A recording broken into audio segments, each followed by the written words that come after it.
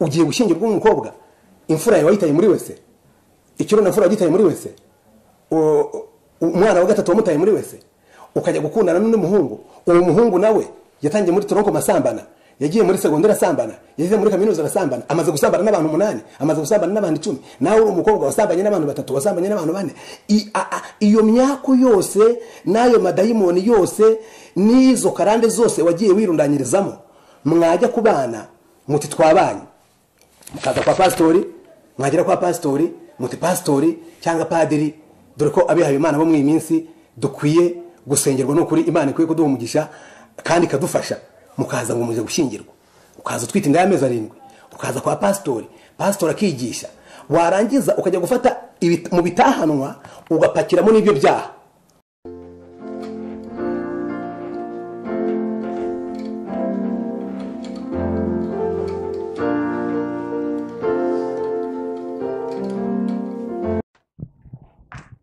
Reka tubasuhuze kandi tubashimire n'ubundi mwe mukomeza gukurikira IYOGEZABUTUMWA TV. Tubabwira ko mwahisemo neza kuko ariho dusanga ijambo ry'Imana n'indirimbo zihimbaza Imana. Uyu munsi rero tubafitiye umuvugabutumwa w'uyu munsi, ndagira ngo mwese mutegure imitima kandi muduhe umwanya wanyu kugira ngo mwumve icyo Imana ivugana namwe muri uyu munsi, kandi tumuhaye ikaze mu kiganiro cyacu cy'uyu munsi ku IYOGEZABUTUMWA TV. Tuguhaye ikaze mu kiganiro. Murakoze. Nitwa NKURIKIYUMUKIZA Alphonse, ndi umupasiteri mu itorero rya Anglikani, ndi umwe mu bapasitori bakorera muri byose Zihereko, ndi umugabo wubatse, mfite umugore n'abana 4. Ndashima Imana rero kubwo yampaye agakiza, kandi ndashima Imana ko yamamagariye kandi kansigira gukora umurimo wayo. Ubundi nakijwe mu mwaka wa 2003 mu kwezi kwa 10, niho namurikiwe n'umucyo w'agakiza. Yesu arampamagara, ndamwitaba, ndamwakira. Kuva muri uwo mwaka wa 2003 rero ndi umwana w'Imana kandi ndi umukozi w'Imana. Ndabishimira Imana, nshimira Imana kandi ku bwanyu, ku bw'iyi TV IYOGEZABUTUMWA, namwe kubw'Imana yabahamagaye kugira ngo twese dufatikanye kwagura ubwami bw'Imana muri iyi si. Ibyo rero mbishimiye Imana kandi namwe ndabashimiye. Iyo abantu bumvishe umupasiteri cyangwa se umuvugabutumwa bahita bagira amatsiko y'itangira rye nuko Imana yamuhamagaye yamusanze he, cyangwa se kugezana n'ubu atandukanya gute ubuzima bwe bwo hambere yo guhamagarwa na nyuma y'uko ahamagawe. Ngewe navutse ndi umwana wa 11 mu nda y'ababyeyi banjye, kandi mvuka ndi umuhererezi. Navukiye muri uyu mujyi wa Kamembe, niho nakuriye, niho ndi kugeza n'uyu munsi. Navutse rero nsanga iwacu hari idini basengeramo, nanjye nkabakurikira gutyo, ariko maze kumenyera ubwenge nkajya njya gusenga rimwe na rimwe nko kuri Pasika, kuri Noheli, cyangwa habaye ibindi bikorwa bindi aho twasengeraga. Ko rero mba mu bwo buzima bumeze gutyo. Mu by'ukuri ndi umukristo ku izina, narabatijwe nk'uko byari biteganyijwe, nkurira muri uyu mujyi. Nyine ndi umusore mu mujyi, mu by'ukuri utazi Imana, nyizi ku munwa gusa. Nkora ibyaha byo mu busore by'abapagani bakora. Nakoze nzi ko kunywa inzoga ugasinda ari ubuzima. Nuko nkora nzi ko maze kuba umusore numva nkora nzi ko gusambana ari ubuzima, ari igice kimwe cy'ubuzima, ari imibereho. Itabi ndarinywa, yewe nagize naho, kuko buriya Satani nawe agira promosiyo. Utangira gukora ibyaha bikeya, nawe akagenda amera nk'ako uzamuye mu ntera. Urumva nkwe urwagwa, nkwe kanyanga, ngeze naho nkwe itabi, kugira ngo nyine Satani nawe nzamure. Ngera naho nkwe n'urumogi, ndetse nageze naho n'imisatsi nyizingazinga kugira ngo mbe umurasta niko kera twabitaga mu minsi nyine yashize, ndetse ngira naho njya kwipfumuza n'amatwi kugira ngo ndebe ko mu by'ukuri naba nkuko mbyumva. Gusa nagize umugisha umunsi umuntu agomba kumfumura amatwi ndamubura, ariko ntibyatumye n'umuntu ntagura amaherena ngo nyashyiraho kuko nkizwa. Najyaga nyishyiraho nyine nkanyura mu mujyi kugira ngo ngaragaze ko ndi umusore w'umujyi. Ibyo rero nabikuriyemo biba ubuzima bwanjye, ariko ibi byose nabikoraga mu butamenya, nabikoraga mu bujiji, nabikoraga ndi mu mwijima. Umunsi umwe rero mu kwezi kwa 10 muri 2003 nk'uko nabibwiye, Yesu arambyutsa ari ku cyumweru arambwira ngo ninjye mu rusengero. Numva rero kujya mu rusengero bwa mbere nigiye mu rusengero, ntabwo najyaga njya mu barokore, ntabwo najyaga njya mu rusengero kuko numvaga nta kintu bari kumbwira. Uwo munsi rero nibwo nahagurutse njya ku rusengero rwacu hariya kuri katedrali. Uwo munsi ninjira mu rusengero bavuga ubutumwa, nuko umuvugabutumwa ruhari rero aravuga ati wowe wa mupagani we, wowe wa munyabyaha we, haguruka wihane Yesu agufitiye umugambi. Uwo munsi rero nibwo nahagurutse ngeze kuri alitari ngo bansengere. Umuririmbyi umwe yongorera pasiteri aramwongorera ati uriya muntu mugiye gusengera n'umusengera n'umusazi. Pasiteri rero nawe ndebye ukuntu nasaga kuko yanga kunsengera, ariko ahamagara umwe mu bagize protokole n'ubu asengera mu rusengero wacu, aranjyana muri office aransengera, natura ibyaha byanjye, ndapfukama ndamburiraho ibiganza. Kuva uwo munsi ndakizwa, ibyaha nakoraga ndabyihana, Yesu arambabarira. Nuko ntangira urugendo rwo mu gakiza rero, ntangira gusenga, ntangira kwiga ijambo ry'Imana. Imana impa abagabo bakijijwe turabana, Imana impa ababyeyi bakijijwe turabana, Imana inshyira mu rubyiruko turakorera Imana. Nuko rero Imana igenda inyinjiza mu murimo wayo. Imana impa umugisha mu mugore, turashyingirwa, turabyara, dufite abana. Nuko mu mwaka wa 2003 itorero rero rishima kumpa inshingano. 2004 mu kwezi kwa 7 bandobanira kuba umupasitori. N'uyu munsi rero ndi umupasitori, ndi umuvugabutumwa, nkunda gusenga, ndakijijwe, ndashima Imana. Ngo urwo rugendo rwanjye, ariko urugendo rwanjye rurakomeje kuko ndi gukorera Imana, ariko ndangamira aho Kristo ari, ndangamira kuzajya mu ijuru nkuko tubyigisha, kandi mbayeho kugira ngo nshishikarize abantu gukizwa, tujye mu nzira ijya mu ijuru, kandi tuzajye mu ijuru twese. Numva ari urugendo rwanjye. Murakoze kutunyuriramo muri makeya, ariko ndagira ngo mugire inama imwe ikubiyemo ibyiciro byose, abakristo n'abatarakizwa, urubyiruko n'abakuze. Inama imwe mwumva yabireba abantu bose ibari ku mutima. Inama iruta izindi nagira abantu bose b'ibyiciro byose, abakuru n'abato, ni ukugira imitima ifungutse tukakira Yesu Kristo nk'umwami n'umukiza. Kumwakira bituma twuzura umwuka wera, kumwakira bituma dukora ibyo Imana ishaka, kumwakira bituma amazina yacu yandikwa mu gitabo cy'ubugingo, kumwakira bituma tubaho ubuzima bwejejwe, kumwakira bituma tubaho mu buzima bw'amasezerano, kumwakira kandi bituma tuba umucyo w'isi, tukaba n'umunyu w'isi, tukaba ibisubizo mu isi aho kuba ibibazo, tugasiga isi tuyihinduye nziza kurusha uko twayisanze. Numva izo nama zose rero zikwiye urungano rwose, abantu bose Imana yaremye kuri isi. Pastor murakoze, tugize Imana kubagira kuri uyu munsi.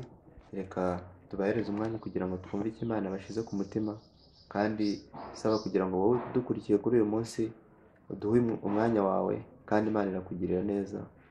Murakoze cyane. Kadusenga Imana. Mwami Imana yacu, mu izina rya Yesu, shimwa uhimbazwe, uhabwe icyubahiro kubw'urukundo rwawe n'imbabazi zawe zitarondoreka. Shimirwa ineza watugiriye ukaduha umwana wa Yesu Kristo akadupfira ku musaraba agafatwe tugakira. Shimirwa kandi ubuntu bwawe bwatumye uduhamagara twaba abana bawe. Shimirwa kandi kuba tubariye ibyaha, ubu tukaba turi mu buntu bwawe. Turagushimira kubw'umuhamagaro waduhaye ngo dukore umurimo wawe, kandi tugushimiye ababene data bo ku IYOGEZABUTUMWA TV wahaye umugisha ukabashyiramo uyu mutwaro kugira ngo hamwe n'IYOGEZABUTUMWA TV ubutumwa bwawe bwamamare ku isi yose kuko n'umugambi wawe. Warampamagaye rero ngiye kuvuga ijambo ryawe, nibuza umwuka wera kandi bene data bazarikurikira, uzagira icyo uvugana nabo, kiri icyo uhindura mu mitima yabo. Tubisenze mu izina rya Yesu Kristo umwami wacu, amen. Yesu ashimwe cyane bene data. Tugiye gusoma ijambo ry'Imana dusanga mu gitabo cy'Itangiriro igice cya 2 duhereye ku murongo wa 15 kugeza ku murongo wa 17. Itangiriro igice cya 2 duhereye ku murongo wa 15 kugeza ku murongo wa 17 hagira hati: Uwiteka Imana ijyana wa muntu imushyira mu ngobyi yo muri Edeni ngo ahingire ibirimo ayirinde. Uwiteka Imana iramutegeka iti, ku giti cyose cyo muri ingobyi ujye urya imbuto zacyo uko ushaka, ariko igiti cy'ubwenge bumenye icyiza n'ikibi ntukakiryeho, kuko umunsi wakiriyeho no gupfa uzapfa. Bavandimwe, aha dusomye muri kino gice cya 2 cyo mu Itangiriro hatugaragariza ko Imana imaze kurema, uhereye mu gice cya mbere kugeza muri kino gice, Imana imaze kurema ibintu bigaragara n'ibitagaragara, ibiri mu ijuru, ibiri mu kirere, ibiri mu isi, ibiri munsi y'ubutaka, ibiri mu mazi, ibiguruka, byose by'Imana yaremye, ibyo tubasha kurebesha amaso n'ibyo tutabasha kurebesha amaso. Umurongo wa 26 wo mu Itangiriro igice cya mbere nyine ku murongo wa 26, Imana ifata umwanzuro avuga ngo reka tureme umuntu, uwo muntu ase natwe agire ishusho yacu. Bibiliya iravuga ngo niko umugabo n'umugore Imana yabaremye. Uyu murongo wa 15, Imana imaze kurema umugabo n'umugore bashyize mu isi, ntabwo yabaretse ngo bazerere mu isi, ntabwo yabaretse ngo birwarize mu isi, ahubwo Bibiliya itubwira ko ku murongo wa 15 ko Imana yabashyize mu ngobyi ya Edeni. Imana imaze kubashyira mu ngobyi ya Edeni, yashyizemo ibyo bari bakeneye byose, ibyari kubatunga byose, ibyari gutuma bagira ubuzima bwiza. Imana rero imaze kubashyiramo, ibaha kondisiyo ku murongo wa 16, irabwira ngo ku giti cyose cyo muri ingobyi, ibiti byose byo muri ingobyi mwemerwa kubiryaho, muzajye mujya kuri ibi biti uko mushaka, ariko ngigeze ku giti cy'ubwenge bumenyesha icyiza n'ikibi, ni ku murongo wa 17, irabwira ngo iki giti ntimuzakirye, iki giti ntimuzagikoreho, kuko umunsi mwakiriye no gupfa muzapfa. Baremera. Imana ari inshuti yabo, Imana ari umubyeyi wabo, yagabasuraga mu gitondo, ikabasura ku manywa, ikabasura nimugoroba. Mu yandi magambo, bari bafitanye ubusabane buzira amakemwa n'Imana. Satani rero ntabwo yishimiye uwo mubano w'abantu n'Imana, ubwo buzima bwiza bari babayemo, iyo migisha bari babayemo. Bibiliya ivuga ko ubwo twageze mu gice cya 3 cyo mu Itangiriro ko inzoka yarushaga izindi nyamaswa zose ubugome.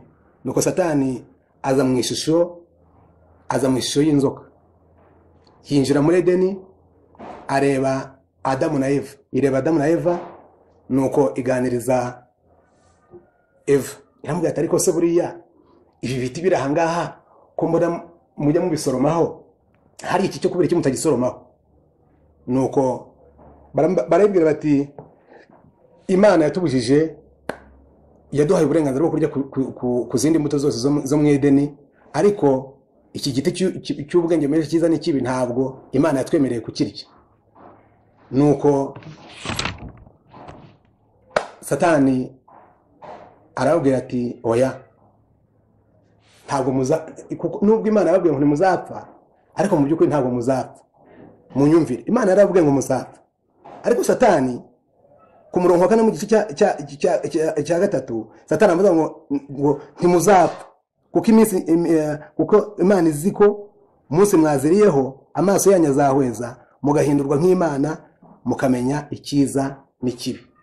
Imana yaravuze ngo muzapfa, ariko Satani arahindura ngo muzapfa. Ikamabwire bene data, iyo Satani ari gushaka kutuvana ku Mana, iyo Satani ari gushaka kutwuzuza mu ibyaha, atwibagiza iby'Imana yavuze akabihindura. Kandi Satani iyo ashaka kukwinjiza mu byaha, iyo ashaka kutwinjiza mu byaha, atwereka ibyiza byose tuzabona nidukora ibyaha, nyamara akaduhisha ingaruka z'ibyaha zizatubaho nitumara gukora ibyaha. Satani akwereka inyungu z'ibyo uri bubone umaze gukora ibyaha, ariko nta kwereka igihombo, nta nubwo kwereka ingaruka ziri buze kuza kuba numara gukora ibyaha. Nuko bafata kuri rwa rubuto Imana yababujije kuri rya giti bakiryaho. Ku murongo wa 7 batangira kubona ingaruka z'icyo cyaha. Ku murongo wa 7 buhita mubona ko Imana abantu batangiye kubona ingaruka z'ibyaha bakoze. Kamubwire bene data ko ibyaha ukora, ibyaha dukora bitugiraho ingaruka z'iki gihe, ndetse zikatugira n'ingaruka zizadukurikira kugera kuri generation zigenda zikurikiraho, abo tubyara, abazadukomokaho n'abazabakomokaho. Ibyaha dukora bishobora kubabera kuzabageraho nabo. Ku murongo wa 7 bagiye kwisanga babisanga ngo bambaye ubusa. Icya kabiri, bagiye kwisanga kubera ko bari bambaye ubusa, ubwiza bw'Imana bamaze kubavaho, baragenda ngo bihisha inyuma y'igiti ngo biremera ibicocero, bihisha kandi mu maso y'Imana. Nuko Imana iraza ibwira inzoka iti, wa nzoka we, kuko washutse abantu uri ikivume, uzagendesha inda, uzarya ubutaka. Izarangiza ibwira umugore iti, wowe nzagwiza cyane umubabaro wawe uri kubyara, kwifuza kwawe kuzaherera ku mugabo, kandi uwo mugabo nawe azagutwara. Imana kandi ibwira umugabo iti, uzaniye ubutaka kuvumwa, uzajya urya ubanje kuruha, uzajya utera imyaka hera amaho, uzajya utera ibishyimbo, uzajya utera ibigori here amaho, kuko ubutaka bwawe wari kuzahingamo ukeza buvumwe. Uzajya urya ubanje gututubikana ibyuya, kandi uzatutubikana ibyuya, uzabona umugati ubanje kuruha, ndetse ntabwo ibyo bizaba mu buzima bwawe kuzageza ubwo ubwawe uzapfa ukajya mu mukungugu, kuko nimo wakuwe. Mu gice cya 3 umurongo wa 22 kumanuka hepfo gato, Imana ihita yirukana Adamu na Eva mu ngobyi ya Edeni, ngishyiramo abakarabi n'inkota zakumurira kugira ngo batazagaruka n'ubundi bakarya ku giti cy'ubugingo. Abantu baragenda bazama ibobo, abantu baragenda batakaza ubwiza bw'Imana, batandukana n'Imana, baragenda bajya gushahisha mu byaha. Bavandimwe, ngizi ingaruka zabaye kuri Adamu na Eva nyuma y'uko bakoze ibyaha, nyuma y'uko basuzuguye Imana, bashutswe na Satani. Umurongo mu butumwa bwiza bwa Yesu Kristo bwanditswe na Yohana igice cya 10 umurongo wa 10 hagaragaza CV, hagaragaza CV, cyangwa hagaragaza mbese uko Satani abayeho. Bibiliya iravuga ngo umujura ni Satani, ngo Bibiliya ivuga ngo ntazanwa n'ikindi, azanwa no kwica, kwiba ndetse no kurimbura. Ngibyo rero ibigize Satani. Satani rero ntabwo twifuriza ibyiza. Satani ntabwo yifuza ko tubana n'Imana neza. Niyo mpamvu afata ibyaha akabisiga amavuta, akabidekora, ibyari ibyaha akabyita byiza, kugira ngo ibyo bitume dutandukana n'Imana, tuve mu migisha y'Imana. Bavandimwe, icyaha cyambura umuntu ibyishimo, kigaterura ibyishimo, kikabijyana, kikamusigira umubabaro, kikamuzanira umutima wicira urubanza. Ibyaha gituma ubusabane bw'umuntu n'Imana burangira, umuntu agasigara yibeshejeho, kandi ubuzima budafite Imana bwabupfuye. Ibyaha bitubuza kwakira imigisha yose tubonera mu Mana. Icyaha kitubuza kuba mu masezerano y'Imana. Umwanditsi witwa Yesaya mu buhanuzi bwe mu gice cya 59 ku murongo wa 1 n'uwa 2 aravuga ngo, dore ukuboko k'Uwiteka ntikwaheze ngo ananirwe gukiza, ngo kandi amaboko ye ntabwo yacitse cyangwa abe magufi ngo ananirwe gukora ibyo mumusaba. Aravuga ngo ahubwo ibyaha byanyu nibyo byatumye ibima amaso, nibyo byatumye ibima amatwi, mu yandi magambo ibyaha nibyo bijye bituma aho kugira ngo tubone umugisha tubona tudasubizwa, tubona imivumo. Icyaha kivana umugabo ku ntebe kikamuvana ku ntebe y'icyubahiro, icyaha kikamwicaza mu ivu, icyaha cyambura umugabo ijambo agasigara nta gaciro afite, agasigara nta jambo afite. Icyaha kandi gikurura imivumo ku muntu wagikoze, icyaha kigakurura imivumo ku bazamukomokaho ndetse no muri sosiyete. Reka mbabwire bene data, ntabwo ushobora kubaka inzu ukuye mu buryarya, ntabwo ushobora kubaka inzu ukuye mu buriganya, ntabwo ushobora kubaka inzu uvanye muri ruswa n'ubundi buriganya bwose ngo iyo nzu uyibemo wibwira ko uzayiboneramo ibyishimo, wibwira ko uzayiboneramo umunezero. Nubwo ari inzu isa neza ariko wayibonye mu buriganya, aho ngaho ntuzigere utekereza ko uzigera ubona imigisha, uzigera ubona umunezero. Ntabwo ushobora kurihira abana bawe minerivare mu mashuri meza mu mafaranga wibye, mu mafaranga ya ruswa, mu mafaranga wariganyije, mu mafaranga yaje utayahawe n'Imana. Abo bana uzabarihira amashuri, baziga, bazarya neza, bazaba abana b'ibiduhagire bameze neza. Ariko bene data, reka mbabwire ko iyo migisha nk'iyo ngiyo, ibintu nk'ibyo ngibyo ntaho bizigera bikugeza. Reka nkubwire mwene data, abo bana wambika ibintu n'iyo myanda uzana mu muryango, nta kindi kintu bizakuzanira umuvumo. Umunezero wawe ukura hehe ugenda mu modokari y'ubujura? Umunezero wawe ukura he wambaye imyenda wibye wariganyije? Umunezero wawe ukura hehe mu gihe umugore wawe ari mu nzu arira kuko wagiye umuharika, wagiye umuzaniraho abandi bagore? Umunezero wawe ukura hehe mu gihe abantu banditse muri telefone yawe, umwe wamwise Kanyamagi kandi n'umuhabara wawe, undi wamwise umunyonzi, undi wamwise umumotari? Ayo mazina yuzuye muri telefone yawe, kuko ari amazina y'abahabara bawe, kuko ari amazina y'abanyabyaha bawe. Uratekereza ngo urwo rugo rwawe nk'umuntu w'umugabo, nk'umuntu w'umubyeyi, uratekereza ngo ibyo ngibyo Imana, Bibiliya iravuga ngo urabikora nka kwihorera, ukagira ngo nkanye nawe, nyamara nzaguhana ibyo byose mbigushyize imbere. Mw'iyi minsi tumenyereye abavugabutumwa, mw'iyi minsi tumenyereye ubutumwa mu by'ukuri bwo kuvuga imirimo n'ibitangaza n'imigisha ndetse n'ibindi. Kandi koko mu kanwa kacu nk'abavugabutumwa, nk'abapastori, nk'abahanuzi bitubamo koko, kandi tuhamagariye guhesha abantu umugisha. Ariko kwakira imigisha, kuba mu migisha y'isi, kwakira iby'isi, nyamara ukazaka ubugingo, ibyo ngibyo byakumarira iki? Amaze iminsi numva mu minsi ishize numvise raporo ibabaje bavuga uburyo divorce, gutandukana kw'abagore n'abagabo kwabaye mu mwaka wa 2018. Bavuga ko gutandukana kw'abagore n'abagabo kwabaye muri 2018 ari abantu ibihumbi 2,340 ingahe ingo zasenyutse. Ariko ngo bigize mu mwaka wa 2019 ngo haboneka ingo zirenze 8,500 zasenyutse. Ariko se bene data, urugo kubana k'umugore n'umugabo bikwiye kubakirwa bikwiye kubikirwa ku bintu bitatu. Cyambere, urugo rukwiye kuba rwubakirwa ku Mana. Icyo nicyo cyambere, kuko Imana niyo yashinze urugo rukwiye kuba rushinze ku Mana. Icya kabiri, urugo rukwiye kuba rushinze ku rukundo. Icya gatatu, urugo rukwiye kuba rushinze mu kwiyemeza, determination. Umugabo cyangwa umugore, umuhungu n'umukobwa bakabanza buri muntu wese akumva ibyo agiyemo. None ingo zo mu minsi zubakiwe ku byaha. Umuhungu n'umukobwa barahura bagatangira kubana batari babana, bagatangira kubaka urugo, bakarwubakira mu gihuru, bakarwubakira ku ruhande, nta Mana irurimo, kuko bubakiye ku musenyi. Baratangira gusambana, ndetse umuhungu n'umukobwa bakagambana, bagakuramo inda, bagatangira gukora ibyaha. Urugo nk'urwo ngurwo ntabwo ruzigera ruba urugo, kuko urwo rugo ntabwo rushingiye ku Mana.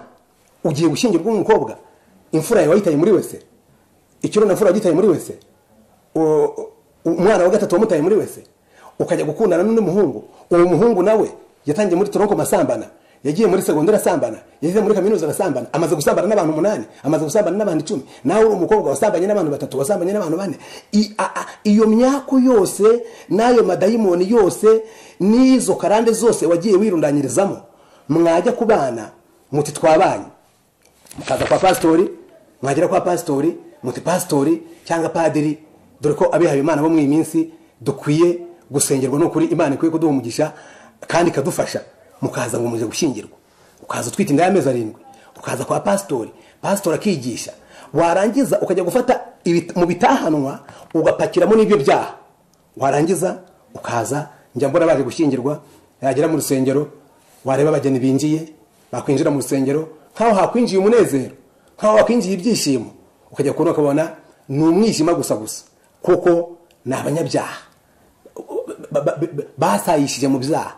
Umukobwa akaza kuko atwite inda y'amezi 7, yakinzeho ururabo, ari guhinda imishyitsi, nta confidence afite, nta byishimo afite. Korari yajya kuririmba kubera kuri kuririmba mu mwijima, korari yajya kuririmba ikabura ikiririmba, ibi bintu ni Yesu wabikoze, we turanezerewe, ariko wasaka Yesu mu ibyo bintu ukamushaka ukamubura. Abantu bose batashye ubukwe barababaye kuko ntabwo bishimye, nta munezero, nta Mana iri mu rugo.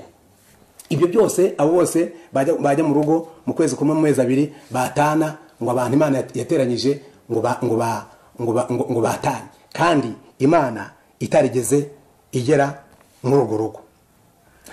Urugo rwubakirwa ku rukundo, ariko abantu bo mu minsi basigaye bubakira urugo mu bindi bintu bindi bitari urukundo, kubera ko uyu mukobwa mwiganye, kubera ko uyu muhungu mwiganye, munganya amashuri, kubera ko afite amafaranga, kubera ko akomoka mu miryango ikize, kubera ko muturuka mu karere kamwe, kubera ko mufite bene ibyo muhuriyeho, utereka uyu nguyu aba ari we nzana nta rukundo. Mwagera mu rugo bya bindi wamubeshe, bya bindi wabanje kumwereka bitafite urukundo, hashira iminsi mikeya bikarangira, byamara kurangira abantu kuko ari byo byabahuje bagatana. Abantu basigaye basezerana n'ibintu kurusha gusezerana na mugenzi we. Cya gatatu, umuntu akajya gushaka atazi ibyo agiyemo. Ni umusore, ni umukobwa, ntabwo uzigera ubona nubwo yashatse hari icyo yahindutseho. Uko yambaraga akiri umukobwa n'ubundi niko cyambara, ibyo yavugaga akiri umukobwa n'ubundi nibyo akivuga, abo yagendanaga n'abakiri umukobwa cyangwa akiri umusore nibo akigendana. Yifuza ko musohokana muri weekend, n'ubundi yajya gushaka urugo, yashaka